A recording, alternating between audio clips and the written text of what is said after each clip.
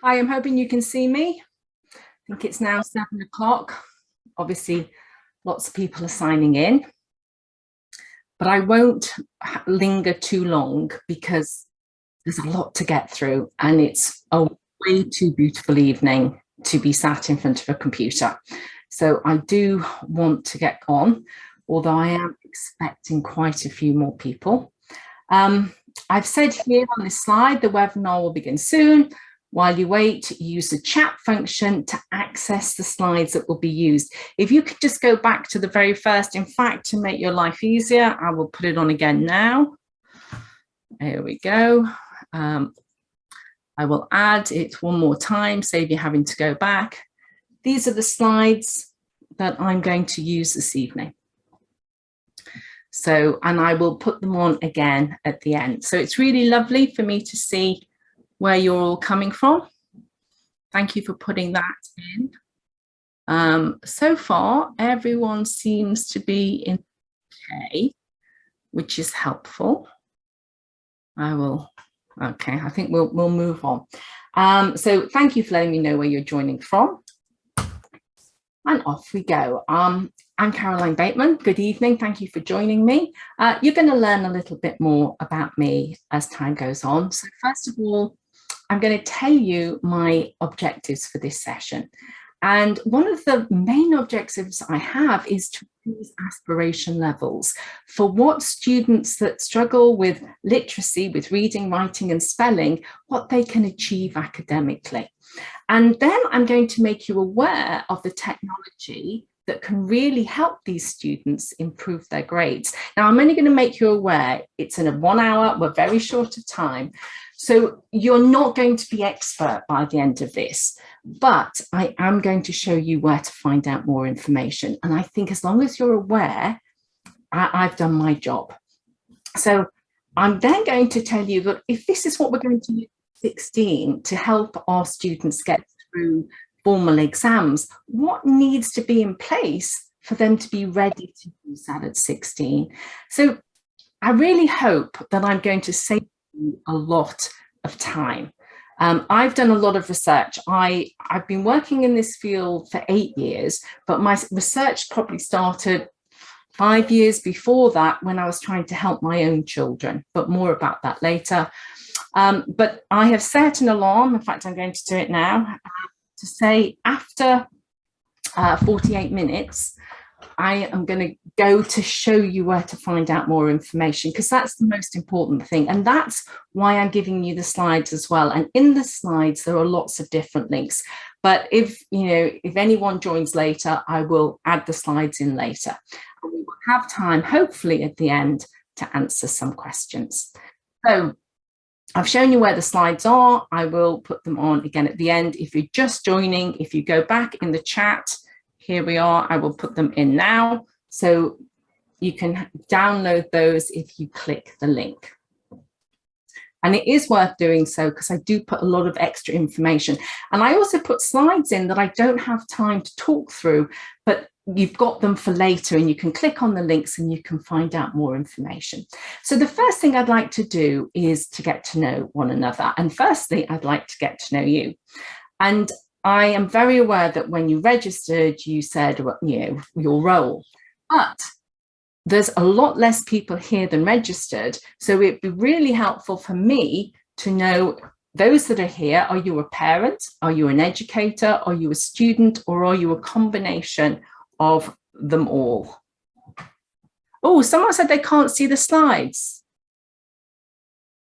You can't see the link to the slides. Okay, I'll put them in one more time. Let me put them in. So I'll wait for everyone to say. So we've got educators, parents, combination. When it comes to the slides, I'll put them in at the end. An assessor, parent and education, combination of all three. That was me most of the time. Okay, brilliant. That's really helpful. Keep them coming, but I'll ask the next question. So, what are the ages of the children you support? So I know some teachers might support from, reception to sixth form, 10, 12, oh, I love it, 12, 14, 17. I hope you already know some of this. Year 6 fabulous. Primary and secondary from a teacher. 17 to 20. Rebecca, maybe you and I might need to talk after tonight. Tonight is applicable for you, but you're further on and you might need more help. Let's have a look. 4 to 18, my children too. Okay, that's really, really helpful. So thank you. And finally, have you attended one of my Stop Underperforming webinars before? Just give me a yes or a no, a yeah or a no. The majority are no. So if you're a yes, apologies, there isn't any new information in here, but I think it's really good to refresh your information because the information is really, really important. And Louise, yes, you get this on my typing course, but a nice refresher. So that's really helpful. Thank you, guys. So I'm going to just introduce myself a little bit. I'm Caroline Bateman. I started Achieve now 8 years ago. Prior to that, I worked in the IT industry, I worked in sales, I was very happy doing that. But then all 3 of my children started to really, really struggle at school. My husband and I were really shocked because we're both working class kids made good through education. So we thought our genes would give us really bright kids, and they didn't. And they were really, really not doing well. So much so that, you know, in the end, I finally got them tested for dyslexia, and I realized that all 3 were dyslexic, and so was I, and so was my husband. So we are a family of 5 dyslexics, but we all present very, very differently. And we then moved our children. We were very fortunate. We were able to move them out of the local state school that didn't really know how to support dyslexia. And we sent them to very, very good dyslexia specific schools that, you know, really knew what they were talking about. So we sort of outsourced the problem. And I thought, great, that's it, we're sorted. And then they still didn't thrive. And they continued not to thrive till in the end, we decided that I would give up work and support their learning. Not that I homeschooled, I could not have homeschooled them. It was turbulent. But I was there from 3 o'clock till they went to bed to go through their notes, to help them with homework, because of course I had 3, so it took a long time. And truthfully, in that time, it was really, really hard. Our family wasn't harmonious. The kids hated me. Some of the times I hated them. I couldn't imagine them ever getting into any further education college, let alone university. And I did wonder if they'd always live with me because they'd never be able to have a career. So I am delighted to say that things have changed. And these are my children. This is actually a couple of years old. But George, who is my most dyslexic child, he still right now, he's 21. He struggles to spell. He's a very poor reader, but he's just done his finals in pure maths, and he will 100% get a first. He will go on and do a master's at Cambridge, I think. That's not definite yet, but I think his results will be such that he can do that. Now, he's a child that would have been written, I thought he would be learning to be a plumber, and he'd be a really good plumber, but I never, ever thought he would get into higher education. This is my eldest child. She's about the same sort of dyslexia as me, incredibly creative. But she was my quickest. I turned her around from year 9 to year 11. At year 9, she was asked to do all the really easy GCSEs because she had dyslexia and she couldn't cope with triple science, she couldn't cope with history. And when the school said that to me, I said, great, I don't want her to be stressed. Thank you for telling me she's not up to doing the choices. But between year 9 and year 11, she came on so much that she did brilliantly in her GCSEs. She should have done history, she should have done triple science, and she then got on a place in Cambridge because she did so well. So she went from year 9 to, oh, you can't do the tough subjects, to a place at Cambridge. And we don't have any amazing stories with Evelyn because by the time, she's my youngest, by the time she came along, I knew what I was doing and I knew what to put into place for her. So once all my children were up and running, I thought, I can't know what I know, because even though I put them in really good schools and I have a lot of time for the schools that they went to, they weren't using the technology that I'd found. Remember, I worked in the IT industry. I was home all day. So I spent time doing research because I thought it's not that hard. There's got to be something that can help them. And I found this great technology, but I found schools weren't using it. So my passion since then has been to pass on that what I've seen work. And that's what I've been doing. So I haven't just helped my own children. If you go and check out my Google reviews, I have an awful lot, because I've had the privilege of helping many students go on and achieve far more than their parents thought they would.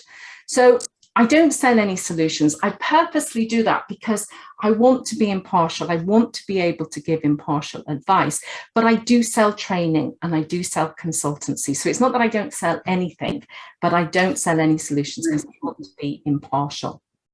And my mission is absolutely to stop learners from struggling needlessly. And I believe in every school, there are students that are struggling that are bright because they just don't have the tools in place. And to this end, I create an awful lot of free resources. I do free webinars like this, but I create resources that you can watch on YouTube. I have a YouTube channel called Achieve Now. And so that gives lots of free training to parents and educators.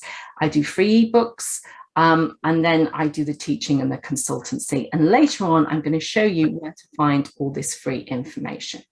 So this evening, I want to try and answer the question, how do we stop our dyslexic? And when I say dyslexic, if a child doesn't have a diagnosis of dyslexia, that's fine. They might have ADHD, they might just have slow processing. As long as they find reading and writing difficult, the information I give you here tonight will be helpful. It's hard to write a slide that's got, struggles with this, and this. It's just dyslexia is an easy way of describing it. So before I can answer that question, I want to look with you. Could I ask a question? Let's just yeah, lovely, mute. We're going to ask the question, why do dyslexics underperform? And once we really see and understand that, it's really easier to slip the solutions in place on top of each of the difficulties. So truthfully, exams are how students are measured. It's how they decide whether they can go to further education, higher education. And unfortunately, exams measure dyslexic weaknesses, not strengths. And I'll talk about that a little bit more later. And unfortunately, many schools do not teach the way dyslexics learn. Now, that's not all schools. Some schools are doing this brilliantly. And if you're a teacher and your school's doing this brilliantly, tell us in the comments that yeah, we use this when I show you stuff. And also, if you're a teacher, I really respect you being here at 7:13 on a Monday evening after a full day at work. So I really do appreciate the educators being here. And as a parent of a dyslexic, I thank you. So I'll go back and say exams measure our weaknesses. A lot of schools don't teach the way dyslexics learn. They teach assuming that we can read well and that we can write well. And as a result of that, expectations are low, which is why I shared with you how well my children were doing, not to boast, but just to say that there is hope. You can be doing really badly in year 9 and still do really, really well. So let's go on. I believe that many of us here support learners who are very bright, they're very, very gifted, who will go on in careers and higher education to do really, really well. But unfortunately, some of them will struggle to meet the entrance requirements. And what I mean by that is my son is particularly gifted at maths, but he couldn't get to university to study maths until he had English GCSE. And we worked like crazy with him on that. And he got a grade 4, which is the lowest pass you can get. But we could not have been happier because that meant he'd done it and he could get off to university. Whereas a friend of mine who her son failed English language GCSE 7 times. Now that's quite life limiting. And it really impacts the student's self-esteem. And I really felt for this student because he wasn't given the tools. He was bright, but he wasn't given the tools that he needed. But his confidence was eroded. And then it's very, very hard to give him the tools after he's failed so much, because he feels like, well, what's the point? You know, I've tried, I've failed, there's no point. So that's what I mean when I say schools can destroy self-esteem. Now, I know a lot of schools work really hard on keeping the self-esteem of students that struggle high, but I tend to get involved when schools haven't done this. And so I think it's a reality that we have to face at times. Now, I'm not going to go into this, but this is an article that was in the Independent back in 2019, which was the last time we had normal exams before this year. And it talked about how the exam system discriminates against students with learning difficulties. So the link is there. If you click on this link here, you go in and you can read the article. So that's the problem. In exams, students need to read, speed read. They then need to recall and organize information that requires time management, and then they need to do speed writing. And the thing I want everyone to realize is it doesn't matter how gifted you are in a subject. If you have the knowledge, but you run out of time, you don't get marks. Every last single exam that our children sit is a test of speed as well as knowledge. So that's why I say that I think exams measure our weaknesses. I'm a slow reader. I find it hard to recall information. And I'm not a bad writer. I'm pretty fast at writing. That's not been a problem for me. But everybody's profile is different. Now, exams are the culmination of school. And in school, our students are expected to read in order to learn. They have to read textbooks, internet, handouts that are given out in class. They then need to take notes at class, which is cognitively difficult for anybody, but it's particularly difficult if you struggle with spelling, or you've got to look at the board and look back down. It is a difficult task. So very often the quality of my children's notes was absolutely rubbish. And that's the basis for their homework and for revision. So they need help in getting good notes in class. And children need to write to be assessed. Very rarely is a student orally asked questions and then marked. They tend to have to write in order to be assessed. Now, if we think about exams being the culmination of school, when we come to revise, we're having to read textbooks, internet, and handouts. If we're a slow reader, we're at a disadvantage. We have to read through our notes, and we need to go through our coursework. So if we can help students do better here through the school year, they'll have better quality information to revise from when it comes to exams. Now, this is something that I've noticed. This is just my observations. There's no empirical evidence here, but it's definitely something I've noticed, that there is, when children start in primary school, there is an emphasis on learning to read. Once children master that, there's an emphasis on reading to learn. And then there's an emphasis on writing to be assessed. And I just want to interject to say that schools are not wrong in teaching this way, because for the majority of the students, this is the most cost-effective and efficient way of teaching. But for those students that struggle with literacy, the 10 to 20%, this is really difficult. So when students start, your neurotypical and your dyslexic child, and they're doing messy play and water play and a lot of verbal work in school, there's no difference. In fact, the dyslexic might be doing better than the neurotypical child. But over time, as the years go on, and the more emphasis there is in reading and writing, this attainment gap emerges. And I saw this really clearly with my children. And that's why I went in search of technology that would reduce that attainment gap and let my children be assessed by their ability, not by what they were not very good at. So this is what I've been doing for the last 10 years, looking for technologies that would just help my children to do better. So here I am. It isn't just me. The JCQ in England is the organization, the umbrella organization that oversees all the exam boards. And this is a statement that they put out in 2020. And it talks about schools should consider using computer readers. I'm going to show you what that is. Examination pens, speech recognition. These are things I'm not going to show tonight, but if you are interested, I am going to be doing training on the 1st of July, so you can see all this in action. Word processors, we are going to talk about tonight. These not only allow candidates to work independently, but are also a better preparation for further and higher education and the world of employment.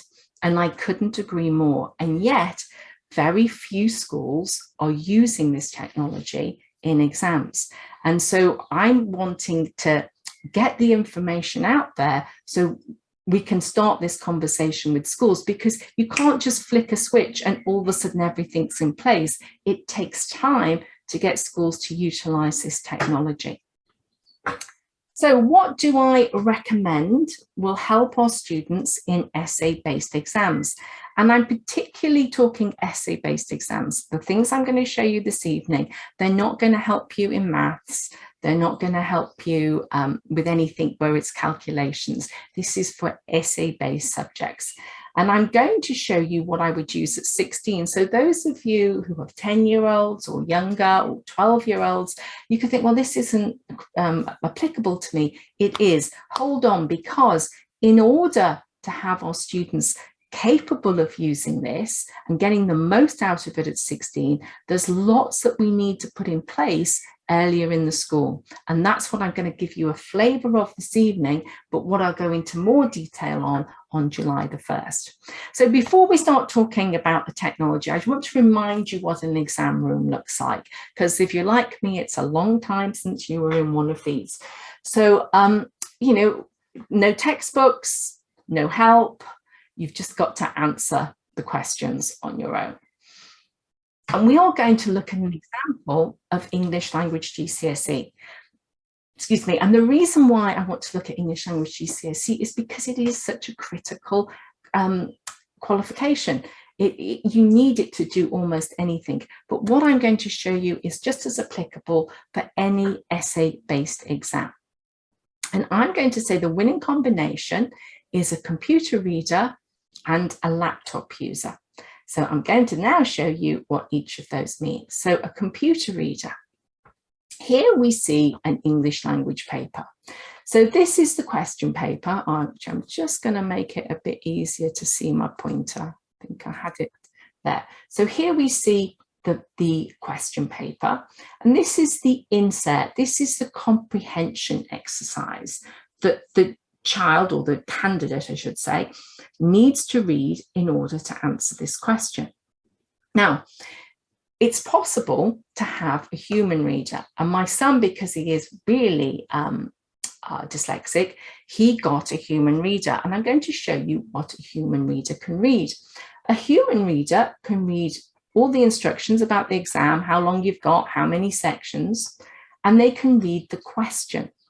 But they cannot read the insert here, and they cannot read the insert here. And there's very good reason for that, because English language GCSE in the paper is testing the reading comprehension of a child. So if it's read aloud to them, you're actually testing the reading comprehension of the human reader.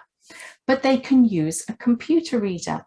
And let me show you the difference of what a computer reader can read. They can read everything that the human reader can read, plus the insert here and here. Now, if you're a slow reader and you only have a finite number of minutes in order to answer these questions, having this read aloud to you is really helpful.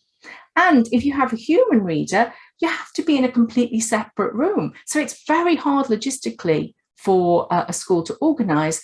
Plus, the school needs to pay for people to be readers. But if you have a computer reader, you just put on headphones and you can be in a hall with lots of other people. And logistically, it's much cheaper and it's much easier because you're just listening and you're not having to pay salaries. So I'm now going to give you a quick demonstration of what that looks like. And it will be quick because there's so much more to show. I am going to open an exam paper. So here is the English language exam that I talked about earlier, exactly the same one that was on the PowerPoint. And the child or the candidate can highlight whatever they want reading and then press this. Using a time machine, an organization called Time Safari transports clients into the past to take part in hunting. So you get the idea. You have the exam paper read aloud, you wear headphones, you're not disturbing anybody else, but it won't slow you down and it increases confidence, because if you know you're not a good reader and you're anxious, that's when you start reading things backwards or getting things mixed up, and then answering comprehension questions is so much more difficult, particularly in under time pressure. So that's all I'm going to demonstrate with the computer reader. And I just use one computer reader. This is another one. And you've also got the scanning pen that you can use. So there are lots of different computer readers. And if you come back on the 1st of July, it will be a much smaller session. We'll go through more slowly. And I can show you how to use all the different ones, and we can discuss what would be best for you, given the machine that you have, or given your child's circumstances, or given the school circumstances. So that is just one of many different computer readers. And so now I'm just going to ask you quickly in the text, did you know you could have electronic computer readers in exams before this webinar? If yes, great. If no, great. Oh, a lot of no's. We've got a yes. Lovely. Right, great. So those of you that are saying yes, is your child using them at the moment? Yeah, the gap. Okay. Yeah. Okay, that's really, really helpful. Brilliant, thank you.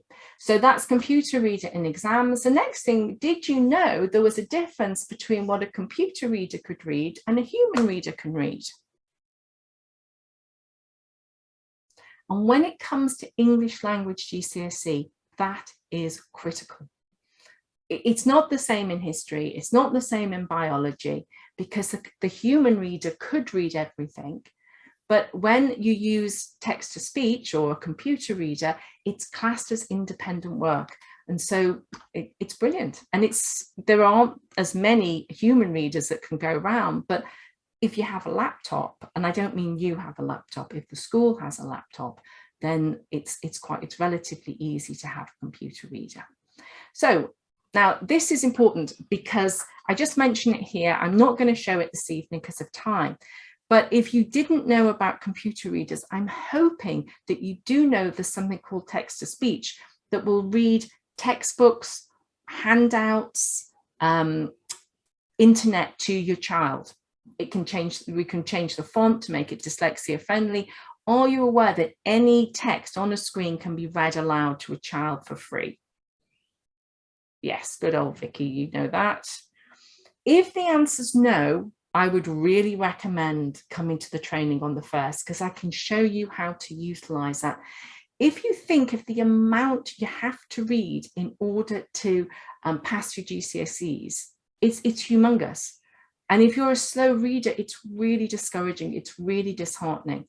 So while it's great in exams, anybody, you don't have to be dyslexic, anybody can use it outside of exams. And I personally use text-to-speech all the time. And any device that you own, I promise you, I can teach you how to switch on text-to-speech. It's just how you do it differs by the advice. So now we're going to talk about being a laptop user in exam. And I'm going to use exactly the same example of English language. And basically, I'm going to go through this quickly. I'm going to show you the difference in typing your work rather than handwriting your work when you are pushed for time, when you have a finite amount of time. Now, all the assumptions that I'm making, I'm not going to go into. I have a video that you can watch on YouTube that says that, but a typical handwriting speed for a 16-year-old would be 19 words a minute. An okay typist, someone that's persevered and taught themselves, would tend to type about 29 words a minute. There tends to be a ceiling. It's hard to get faster than 30 if you're just teaching yourself. And an improved typist, someone that came on one of my courses, I would expect them to be able to type about 50 words a minute by the time they were 16.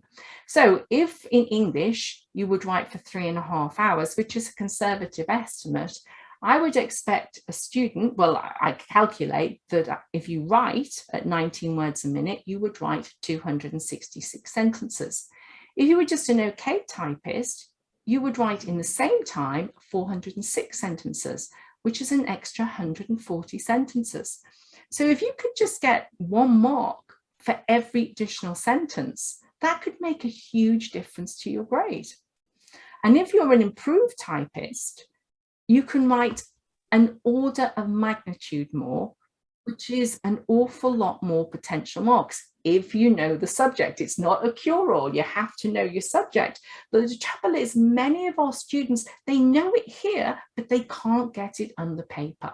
And that's the video on my YouTube channel that will tell you more. But speed is not the only advantage. Us people with dyslexia, or I've got ADHD as well, we don't tend to think in a linear way. We tend to think in a, oh, what about this? And what about that? And I must remember this. And all these ideas go around our heads. And if you are a linear thinker, exams are great. If you're writing, you think, okay, this is my introduction. This is the first point. This is a logical second point. This is my conclusion. But when you're a lateral thinker, you've just got all these ideas going on. I mustn't forget this, I mustn't forget this. And I teach my students to brainstorm, to get everything down, and then look at the question and work out, oh, what should the introduction say? And then what would work to go next? Oh, let's move that there. And we'll put that at the end. And truthfully, for me, I can be 3 questions further on, and something will occur to me, oh, I should have said that. Then you can go back and add it. Cut and paste is an absolute dream for students that are not linear thinkers. So this kind of tells you why. So the winning combination for essay-based exams is a computer reader. It improves students' confidence, which in itself is worth a lot. They're less likely to go off on a tangent because they've misunderstood what's being asked. And if you're a laptop user, you can type 2, 3, 4. Some of my students that have really poor handwriting speeds can do 5 and 6 times faster than they can write. That makes a huge difference. If you touch type, you can copy correct spellings. If you sight type, that's great if you can spell. But if you have to copy spellings, being able to touch type is brilliant. And we've talked about the fact that you can brainstorm. So did people realize that typing in exams was an option? Can you give me a yes or a no?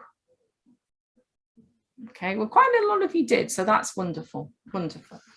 So I'm just going to race through these slides, so please forgive me, but I want to understand that a common problem is too often, and I'm guilty of this myself, I judge intelligence by literacy. So when my children were reading Biff and Chip books while their classmates were on chapter books, I'm thinking, oh, they're not very bright. Oh, yeah. But that's not true. They're just not very good readers. And I'm going to explain a little bit more. If you're an educator here, you'll know about Bloom's taxonomy and how you have your lower order and your higher order thinking. I've left that there for you. When it comes to quality of writing, every piece of work our students hand in or our children hand in, there has a list, has a literary aspect, and it has content. So they've got the sentence structure, the spelling and the grammar from the literacy side, but the content is, do they understand the problem? Do they have ideas? Are they insightful? Can they analyze the problem? Are they innovative? If what they're saying useful or helpful for solving the problem?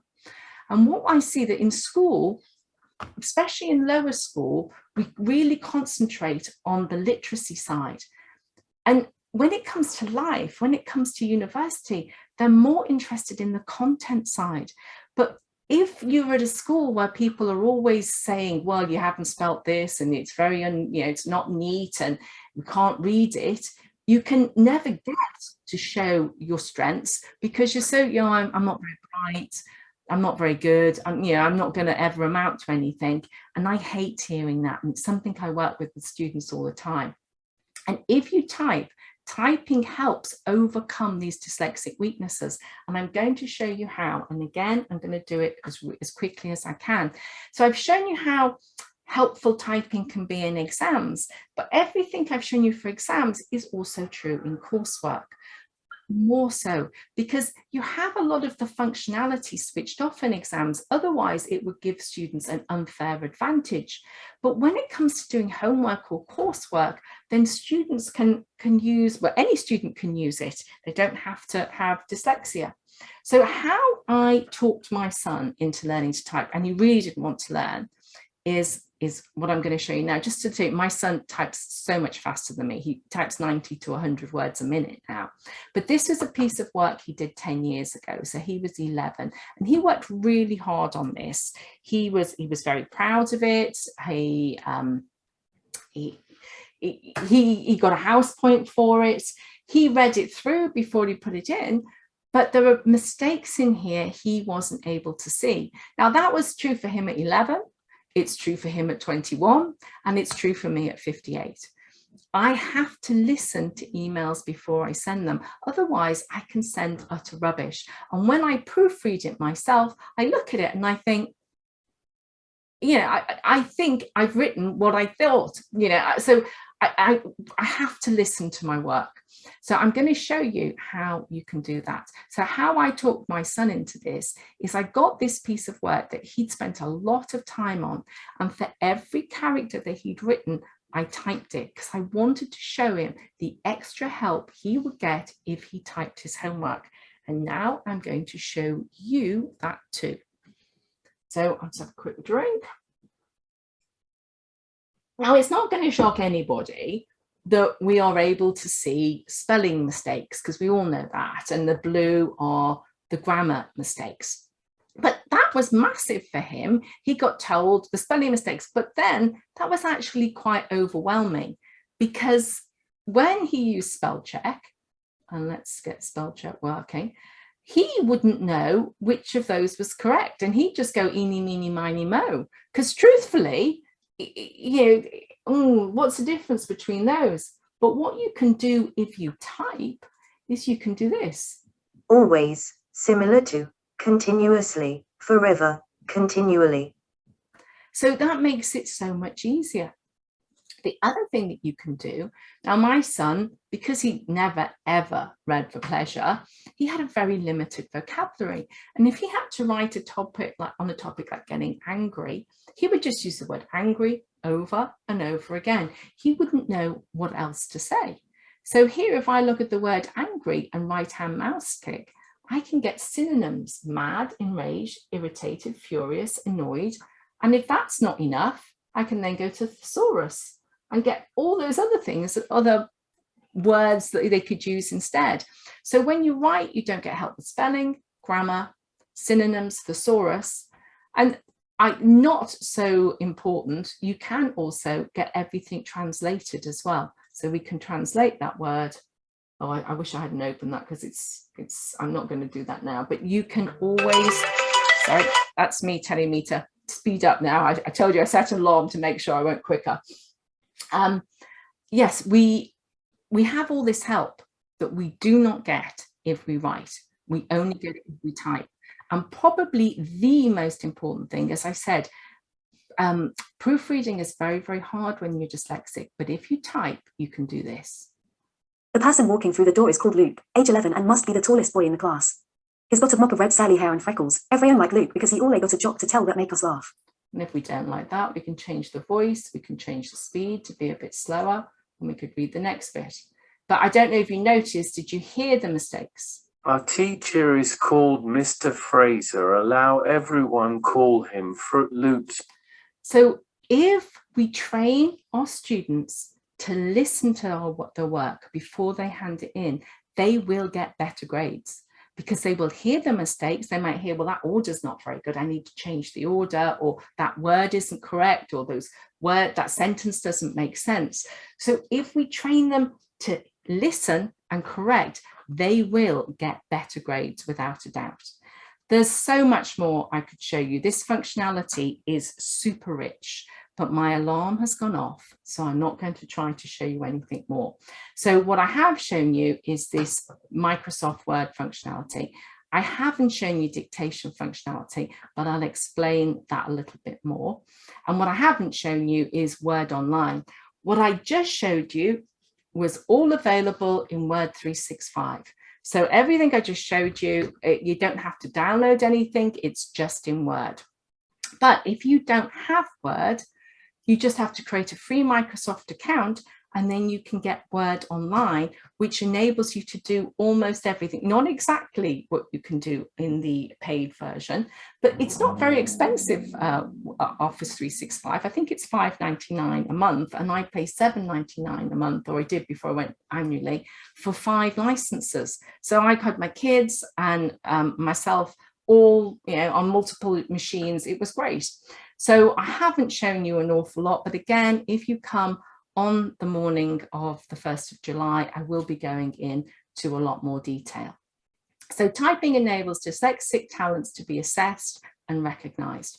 Advantages of touch typing: speed, producing better quality written work, for all the reasons we've already talked about. I won't ask you that question because we've run out of time. But I will say, if typing is so transformative, why can so few students touch type? And this is something that I would do anything to change. I didn't set out to learn to teach touch typing. I just helped lots of different students get better grades. And the one thing that they all had in common is they all needed to learn to touch type. Other solutions they differed on. They all use text to speech, they all use touch typing, and then others were more typical to or peculiar to them, but everybody benefits from touch typing. So this is why I would think there aren't many proficient typists. Unfortunately, many students wrongly believe they can type. So I speak to a parent and they say, oh no, my kid's fine, he can type. Or I speak to a teacher, oh yeah, they can all type. Any student that comes to me, I get them to do a 1-minute time test. And I would say 1 in every 100, I would say, oh yeah, you can type, you're good. But the rest, I'd say it's worthwhile spending time getting better at typing, because it will really help you in your homework and your exams. Sight typing is great. If everything that comes out of your head, you're typing, you're looking at the keyboard, that's fine. Once you have to read a book or copy a spelling, then it really slows you down. So learning to touch type really helps people that can't spell well or need to sort of get their inspiration from a book rather all from their head. Schools no longer really know how to teach typing. I learned a big typewriter, and every girl in my school learned to type because we're just going to work in typing pools as far as they were concerned. Now, some schools brilliantly set time apart, but they tend to put children in front of self-teach packages. And learning to type is too difficult for a child to be that disciplined, to use all their fingers and not look at the keyboard. Who's going to do that unless you force them? And as students get older, they really resist learning to type. And so even though they find it easier as they get older, it's really, really worth starting them young, but not too young. I'm not into forcing children to learn to type if they're not enjoying it. So this is what the 1-minute test looks like. There's the link here. I can't recommend you, if your children type, I can't recommend strongly enough you getting them to do this test. It looks like this: a 1-minute timer starts, which is there, then you type, and at the end it tells you your words per minute and your accuracy. And so then you know what you're dealing with. And I would hope by 16 years of age that students would be typing about 50 words a minute. Now, if somebody has dyspraxia or dysgraphia and they find that hard, then at least they should be able to type double their handwriting speed or triple their handwriting speed. So that's what you should be looking for when they do these exams. So how can we equip our special needs students to succeed? We teach them to touch type, and we teach them how to use learning technologies. When do we do this? Well, dexterity improves as they get older. So it would be lovely if we could teach them 15, 16, 17. But in my experience, that is too late. And for all the reasons I say here, peer pressure increases. They just want to be like their friends. They don't want to be different. They cooperate less. And the pressure of work goes up. And when you get close to GCSEs and A levels, you just want to learn your biology and your history, and you don't want to spend time learning to touch type. So what I do over the summer holidays, I run a unique typing course, and it really has learners that struggle and their parents in mind, because parents need a break too. So I tend to do all the nagging so you don't need to, but they can't learn this information at any other time because they're overloaded with homework and everything else, and it's too much to expect them to learn new information. So it's remote.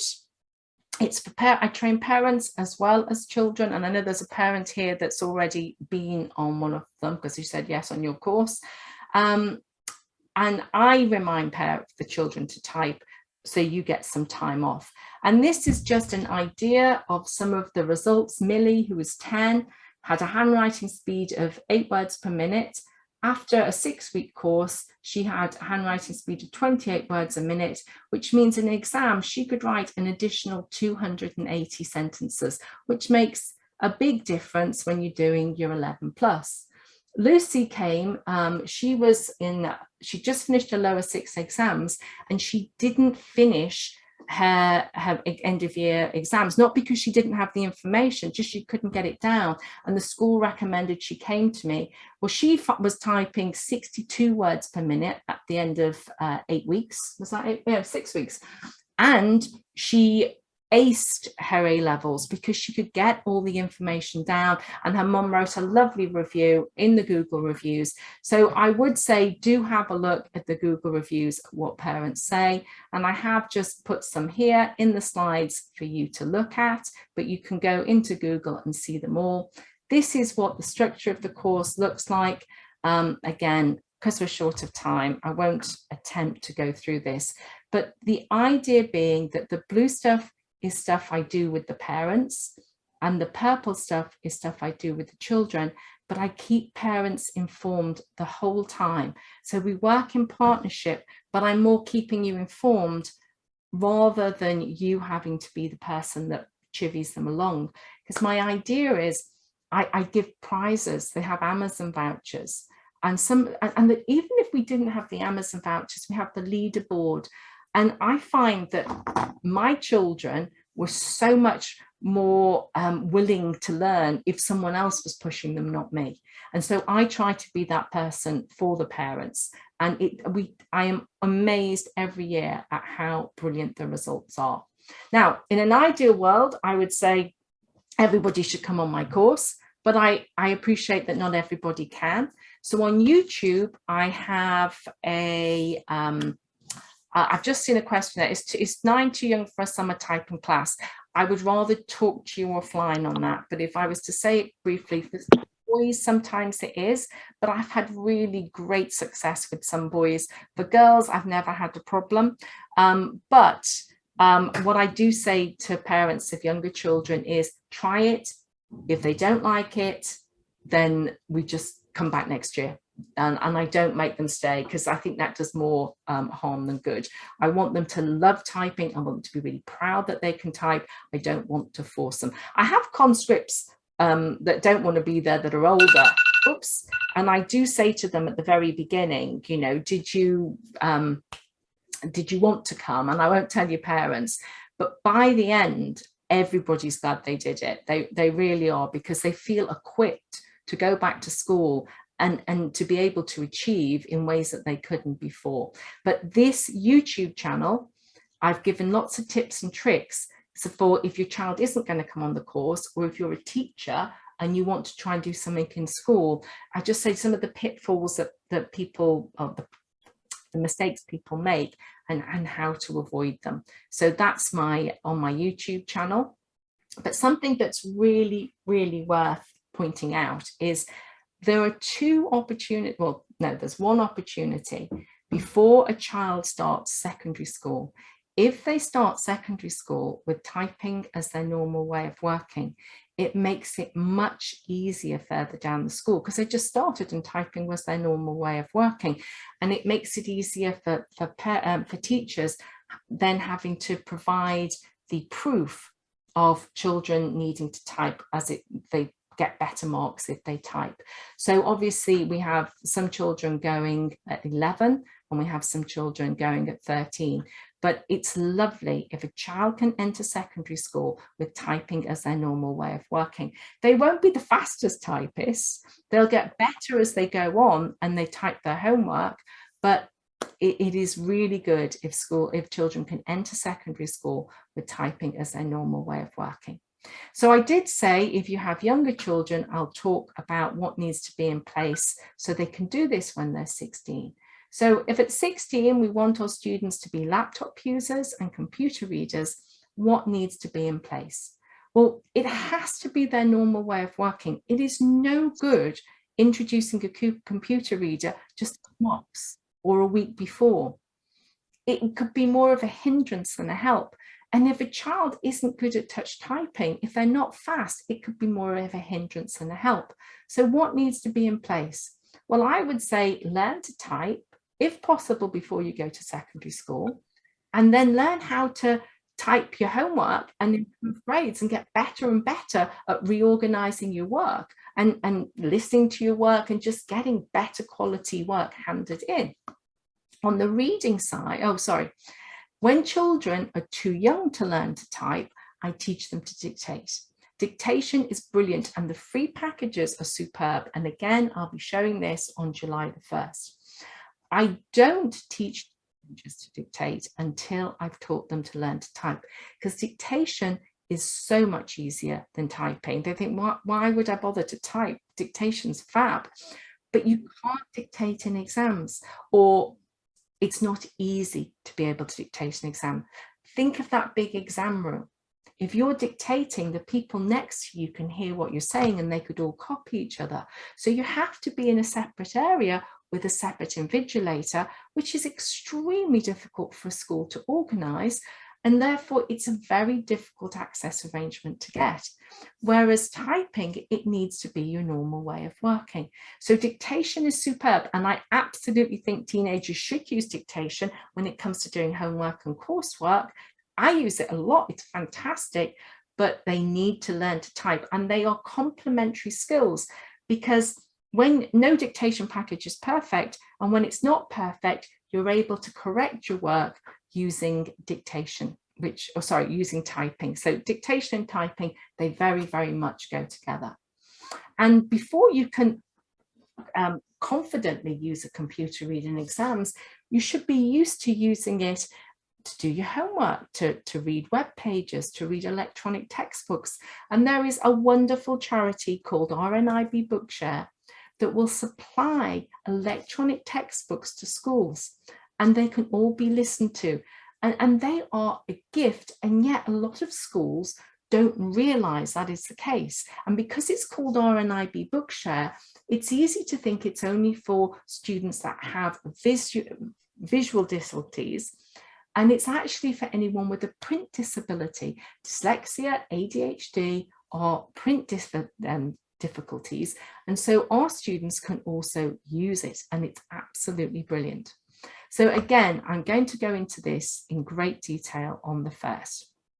But I would also say one of the best things you can do while your children are young is get them used to listening to audiobooks and talking about what happened in the book, because we want to start getting our students being able to access information audibly, not just visually. Because if you've been used to listening to books from an early age and you've enjoyed it, then it's a natural progression to then start listening to your chemistry book or your history book. Whereas if you've never used it before, students say, oh, I don't like the voice, miss. I really can't be bothered. And I say, yeah, but you could read so much quicker. You wouldn't make mistakes. Oh, no, it's all right. I can't be bothered. So introducing it early makes it so much easier down the line. I've had some horrible, horrible conversations with 15 and 16-year-olds whose parents and I are saying, come on, learn to type. use a computer reader, and that no, I just want to be like my friends. Whereas when I go to primary schools, children are really excited and eager and passionate about using this technology, and then they get used to doing it, they get used to being different, they feel grateful they're different, and then they carry that forward into secondary school. It's not a guarantee of success, but it is far more likely to be successful if you do it that way.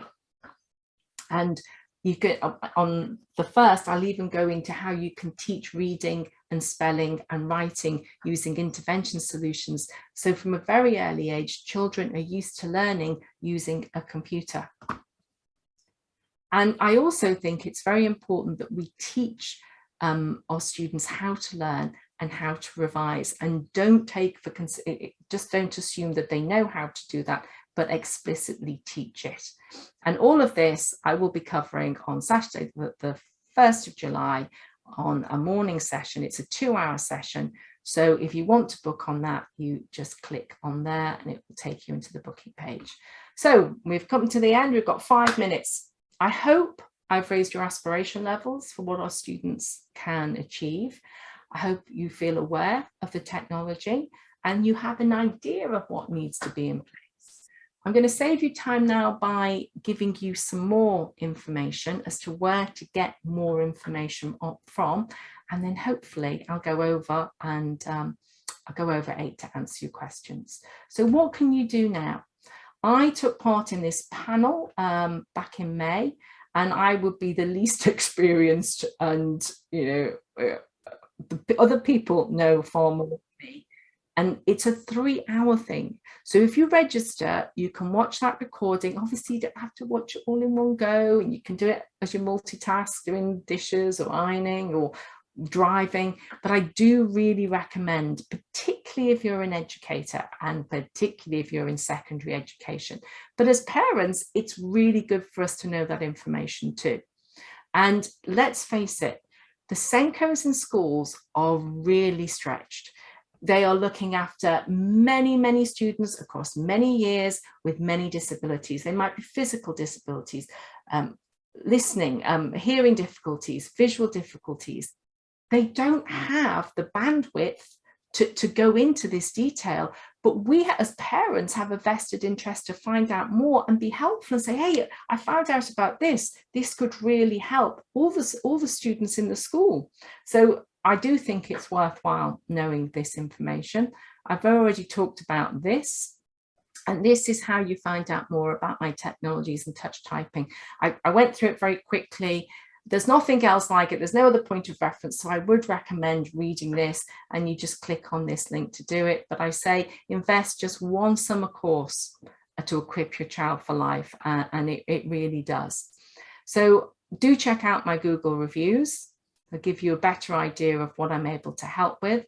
And what I've also done is I've created a discount code for £25, which is Stop Webinar, for my typing course. And I think the idea is, if you use that, then you actually get the free training, the morning training for free, because I do think all parents could do with learning that. And rather having to pay for 2 things, you can pay for 1, but it's only valid till the 2nd of July, because that's when I close registration for my first course, which starts on the 10th of July, and I have to get the equipment out. So what I would advise you as an individual to do depends on your role, if you're a parent or educator, and the age of the students. So if you're an educator, I would say the most important thing is to read that exams masterclass. I would happily do in-depth training, but I think for educators, I would, if you want me to do it, I will do it at a more school-friendly time at 4 o'clock when school's finished, as opposed to Saturday morning.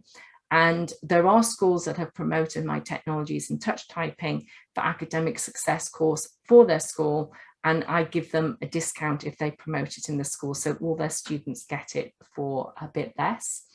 If you're a parent of a child under 14, I think the most helpful you can do is book on the technologies and touch typing, because you will learn a lot of this stuff anyway on that. But I do recommend everybody finds out about how schools can help and how they can utilize technology. And if you're a parent of a 16-year-old, I think this is probably the most important thing to look at. If you do the typing test and your child's typing speed is slow, then I would get them on my touch typing course. And if they can already type, it's still helpful. It isn't just for total beginners, it's for anybody. So if you want to find out more, I have a website, and on there I have a resources page. So you've got all the links in this PowerPoint. You have this YouTube channel, that's the link for it. So you just click on that from the PowerPoint. I have a Facebook group, which you're welcome to join. And I do one-to-one consultancy, but more and more to try and keep costs down for parents. I just think it makes sense to do things like the session on the 1st of July, because that's like a shared consultancy session rather than everybody paying my consultancy rate. Although my consultancy rate is very affordable, and because I have so many videos, it's super efficient, because I can just say, watch this video, and then we can talk about it rather than me telling everyone the same thing all the time. So that's everything I was going to do.